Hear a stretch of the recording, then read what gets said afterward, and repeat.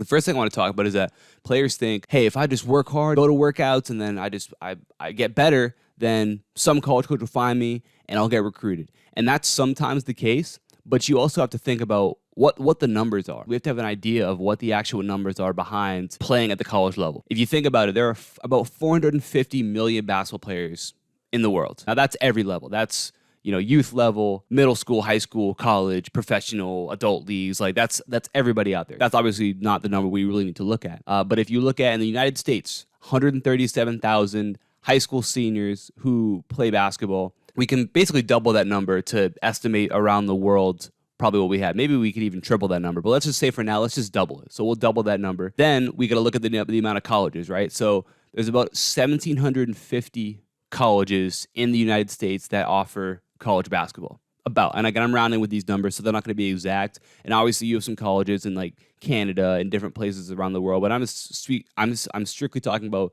North America or the United States for now. So of those 1,750 spots, there's about 31,000 roster spots available. Again, if you just do the math with that, about 31,000 roster spots. But you take about a quarter of those because you have 4 years. Now you have 5 because the extra year the NCAA gave out. But let's just say for our purposes now, we're going to divide that in 4. So every year, about 7,750 spots open at the college level total. Let's compare that to the number that we started with, right? We took that 137,000 high school seniors who play basketball in America. We doubled it, so now we're at 273,000 high school players around the world who are gunning for 7,750 spots, which would give you a 2.8% chance of actually moving on from the high school level to the college level. Something to keep in mind is that, not every single player who plays basketball is serious enough, good enough, wants to play at that level. So let's say, for our purposes, let's cut that number. Let's say that only 25% of those 273,000 actually wants to play at the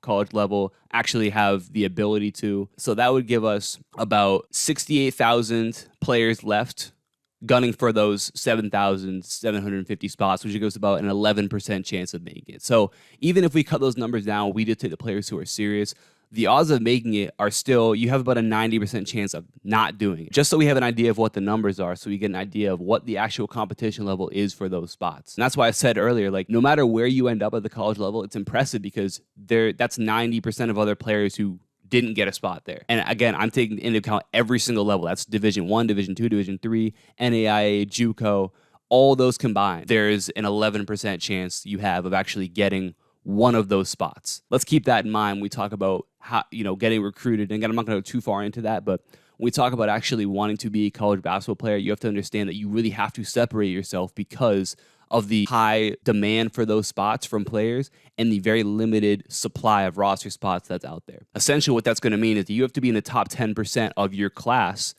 to be a college basketball player. We can break that down even more. Like, we can look at that even further and even more of an actual, like, we can look at it in context here. So, let's say that, you think about the teams that you play in your conference or in your area. So think about 9 of the teams that you play consistently, right? If you're in high school, think about 9 teams in your league or in your conference or that's on your schedule, and then take your team, okay? So 10 total teams right there. Let's assume that 10 players get minutes on each team. We're going to take 100 players. 10 teams, 10 of them get actual minutes per game, probably a little bit high for some teams. Let's just say 10 players get minutes. That means that of those 100 players who play, you have to be in the top 10 of those 100 players to statistically be a college basketball player. Now, obviously, it's going to vary depending on where you play. Some areas are going to have a higher concentration of players because it's just more competitive, and some areas it's going to be lower.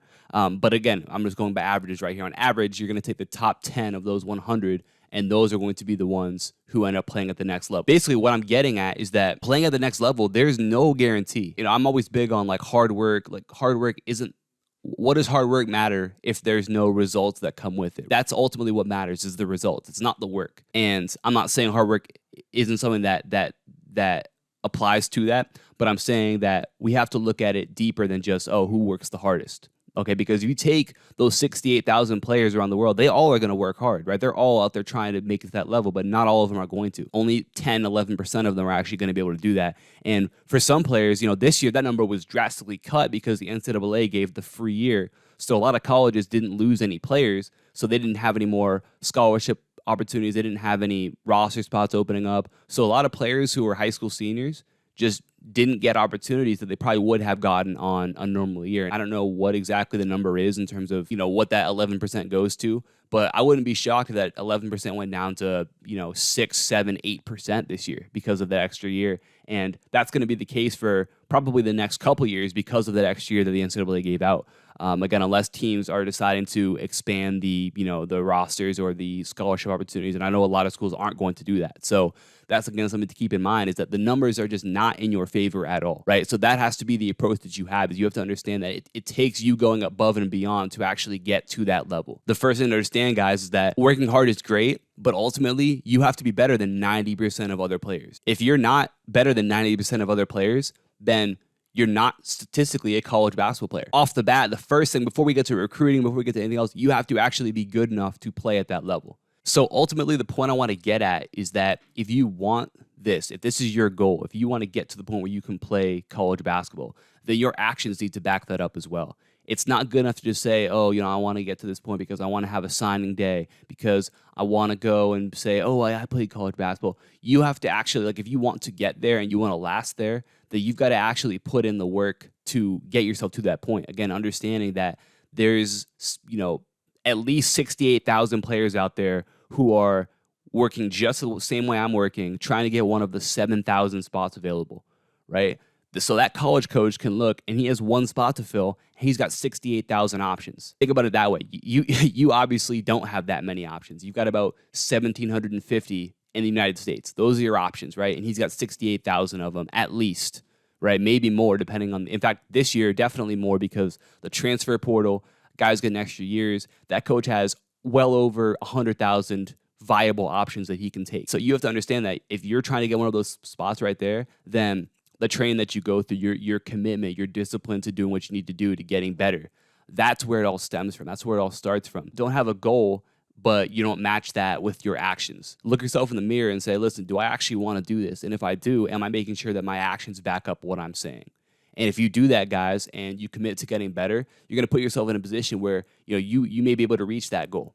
Again, and the numbers aren't for you, but that shouldn't be something that discourages you. That should be something that just propels you to work even harder. If you guys are serious about taking your skills to the next level, I want to give you guys my free Elite Perimeter Scorer workout. We're going to target a bunch of skills that you're going to need to have if you want to be an elite player on the perimeter. All you got to do to get that is click the top link in my description right below, and I'll get that right to you.